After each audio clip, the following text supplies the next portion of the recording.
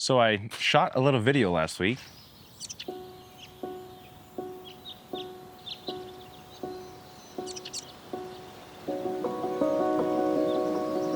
God, life can be so hard. Sometimes following you leaves me with more questions. I'm working through and wrestling with some things that I want to talk to you about. Lord, speak to me and help me hear your voice for the answers. God, why is there so much suffering in the world? Why do you answer some prayers and not others? Why do I struggle with sin and how do I change? How do I know if something is really from you, God?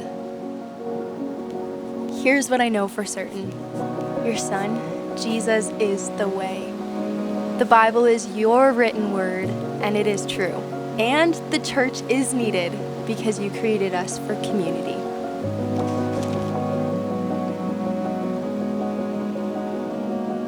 God, I know regardless of all my doubts and all my questions, you are good and you are faithful.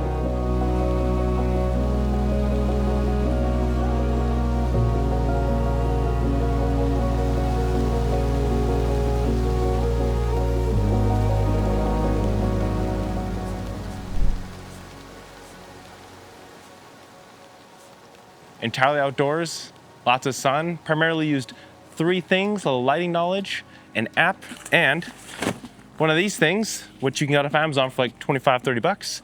I'll show you how you yourself can do the same thing. Let's get it down from there. Let's chat. Wish. Yeah. I thought the film came out great from the pre-production to the actual filming of it. Really, it all came together quite well. And there was really three main things that I used to achieve that look, because we were shooting at roughly 4:30-ish in the afternoon, or I guess kind of evening. Sun was directly above, a lot of harsh light, but that was kind of the vibe I was hoping for. So one of the biggest things I used throughout that was actually what's right above me, which we could see on the secondary camera of this kind of 5-in-1 reflector here, currently dispersing light coming down on me. Now, if I had more gear, if I had another one of these or a longer one, I'd definitely have one right here that'd be in black to provide some contrast to the face. Because really, at the end of the day, we want to provide contrast, light and dark, the balance between those two. And so for those series of shots, I usually had someone, either Oliver or David, holding this closer, whether it was the white side to reflect some light back in, or the dark side to pull some light out. This is where you can mix and match. And honestly, my biggest gripe with these things, at least the one that I got, is that for whatever reason, it's the black and the gold. I wish it was the black and the white, because the number of times we had to take the thing off and reattach it and move it and whatever, I was like, let me just have a black and a white side that I can either take away or reflect light back in. But this thing is critical, and that really plays into how you light something, the knowledge of lighting that we're trying to apply throughout all of this creative filmmaking stuff. And that is ultimately your contrast levels. Is it starting to rain? It is starting to rain. I think we gotta vacate back inside. I don't want this to thing. We'll finish this video inside. Okay, of course, the one day I decided to shoot outside, it starts to rain. There was just one gray cloud, and of course, that one decided to come right upon us. So anyways, indoors now, let's finish this out with talking about contrast. And when I was referring to contrast, there's this method I love that I've heard before called the salt and pepper method. What does that mean? That means in any given shot, you want some light and dark and light and dark. You kind of want, like, not necessarily a strict pattern, but you want a mixture of all of them. You don't want just like a whole bunch of dark or a whole bunch of light or half and half. You want to dimple it with a whole bunch of different salt and pepper here and there, right? And so for me, that was the main thinking that I brought to the shoot. Was almost every shot I had, I was making sure that I had a combination of the two. Right? For Leah, shout out to the amazing talent of, can you tilt your head a little bit right, a little bit left? Where's the sun hitting? How is it hitting?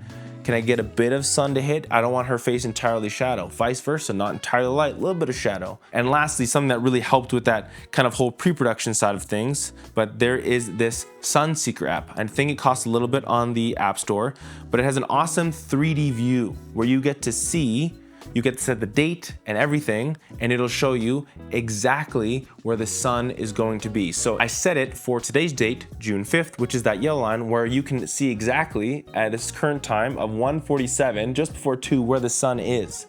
This was critical in my post-production processing to make sure that I kind of figured out if I wanted Leah to be backlit or if I wanted it to come from her left or her right, whatever direction I wanted it to be. Did a little location scouting on top of that, of using the app to make sure that I knew exactly what we were going into. Because the more I do this, the more I'm like, I want to be as prepared as possible with the best plan as possible. And if I need to deviate for creative reasons, awesome. But at least then I'm not wasting anyone else's time, right? So the Sunseeker app, that salt and pepper method, and these 501 reflectors are amazing. These are the 3 methods I took into this past week of making that film, and frankly, I think it's some of my prettiest work to date. Super happy with how it came out. If you want to shoot outside, if you want to try this, do it. Grab a 5-in-1 off Amazon. They're pretty cheap. And mix and match and try things out. I would encourage you, grab a couple of friends to go do this with you. It's way easier to iterate and change and adapt. It's way harder to like check the camera, come back, adjust, whatever, to have someone just hold and move and try different angles, close-ups, all that kind of stuff. I would caution you, wide shots are almost impossible to properly light with a 5-in-1 reflector. It is impossible. You need more gear, and that's okay. Wide shots aren't meant to be super pretty on the subject. It's supposed to give context. Does that help? I hope so. I mean, shout out to the whole team. Janessa killed it on photos. Leah killed it on talent. David was awesome holding the thing. Oliver did all the BTS and helped out at the end with holding this 5-1 reflector. Couldn't thank the team enough. I think the project turned out awesome. That's it for this week. Next week, we'll be back. I'm working on another project that's coming up in the fall-esque, so maybe some pre-production notes, some thinking of where we're going. Hopefully that sounds interesting. Okay, great. Secret word of the day is gonna be Sarge, because you can't see, but currently on my sweater are a whole bunch of muddy paw prints because we wrestled outside a little bit because he wanted to play. Love this dude, but bro, we can chill sometimes. Okay, yeah, that's it. We'll see you next week. Yep. Dude, he has so far to run. Can